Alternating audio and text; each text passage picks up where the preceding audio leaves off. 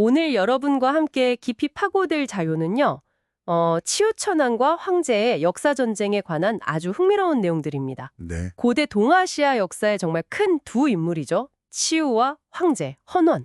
그 둘의 충돌을 다루는데 한국과 중국 기록이 이걸 완전히 다르게 보고 있다는 게 핵심이에요. 네, 맞습니다. 특히 이제 한국의 환단고기하고 또 중국의 사기, 이 두 기록을 중심으로 볼 건데요. 같은 치오라는 인물을 두고 한쪽은 뭐 영웅, 다른 쪽은 반란자, 이렇게 묘사하거든요. 와, 정말 다르네요. 왜 이렇게 시각이 다른지, 그게 또 오늘날 우리한테 어떤 의미가 있는지 좀 파헤쳐 보려고 합니다. 좋습니다. 그럼 일단 환단고기 속 치유, 이 모습부터 한번 볼까요? 이 기록이 주류사학계에서는 역사성에 대해서 여러 논의가 있긴 합니다만 네, 그렇죠. 여기서는 치유를 그냥 부족장 정도가 아니라 고대 배달국의 14대 환웅, 그러니까 거의 신화시대 군주, 천왕이라고까지 부르면서 엄청난 영웅으로 그리고 있더라고요. 네, 맞아요. 신격화된 면이 있죠. 특히 그 강력한 철기 문명, 이게 정말 인상 깊었어요.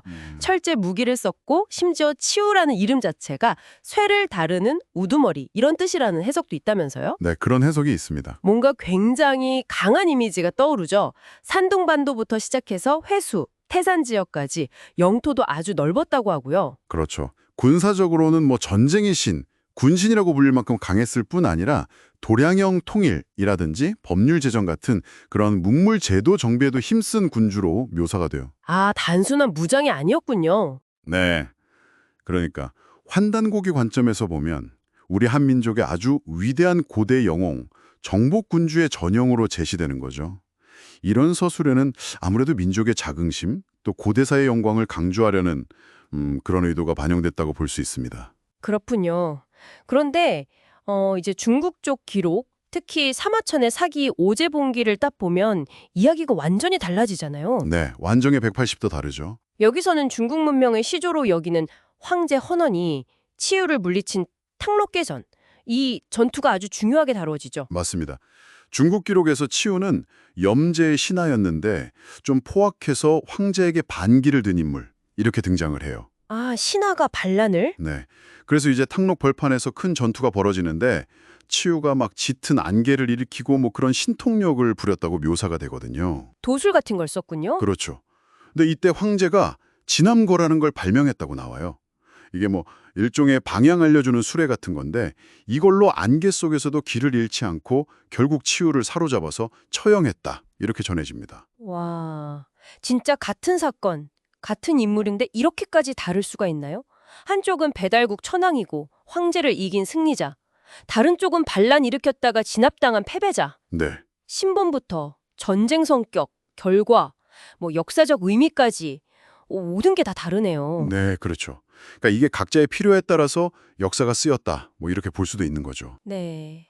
그런데 더 흥미로운 지점은 사실 현대 중국의 변화된 시각이에요. 아, 현대요? 어떻게 변했는데요? 과거에는 분명히 반란자, 이렇게 좀 부정적으로 봤던 치유를 최근에는 황제, 염제랑 같이 중화 3조, 그러니까 중국 민족의 세 시조 중 하나로 포함시키려는 그런 움직임이 있다는 겁니다. 네. 반란자를 시조로요? 그건 왜 그런 거죠? 이게 이제 현대 중국이 묘족처럼 치유를 조상으로 여기는 소수민족들이 있거든요. 이런 소수민족까지 다 아우르려는 거죠. 중화민족이라는 더 큰 틀의 어떤 통일된 국가 정체성을 만들려는 시도, 이렇게 해석할 여지가 충분합니다. 아, 그러니까 고대사 해석이 현재의 어떤 정치적, 사회적 필요에 따라서 또 바뀔 수 있다. 이런 걸 보여주는 사례군요. 바로 그겁니다. 고대사가 현재와 무관하지 않다는 거죠. 결국 치유라는 인물 하나를 두고 고대에는 우리 한민족에게는 자긍심의 원천, 또 한족에게는 자기들 시조인 황제의 위협을 돋보이게 하는 어떤 대립항, 이렇게 존재했다가 현대에 와서는 또 다른 의미로 어떤 국가 통합의 상징으로 재해석되고 있다. 이런 이야기네요. 맞습니다. 하나의 역사적 인물, 사건을 둘러선 이런 다양한 기억과 해석들, 이게 바로 역사가 단순히 과거 기록이 아니라 현재의 정체성, 또 미래의 방향까지 담아내는 그릇이 될 수 있다는 걸 보여주는 거죠. 네. 결국 각기 다른 역사 서술은 그 동아시아 고대사의 주도권 문제라든지 민족 정체성에 대한 서로 다른 시각들을 반영하고 있다. 이렇게 볼 수 있습니다. 오늘 이야기 들으시면서 아마 여러분 스스로에게 이런 질문 던져보실 수 있을 것 같아요. 과거의 인물이나 사건에 대한 현대의 이런 끊임없는 재해석은 지금 우리 사회에 어떤 메시지를 주고 있는 걸까요? 그리고 또 역사는 앞으로 어떻게 현재의 필요에 따라서 또 새롭게 쓰여질 수 있을까요? 한번 생각해 보시면 좋겠습니다. 영상이 마음에 드셨다면 구독과 좋아요 부탁드립니다. 다양한 의견은 댓글로 남겨주시면 감사하겠습니다.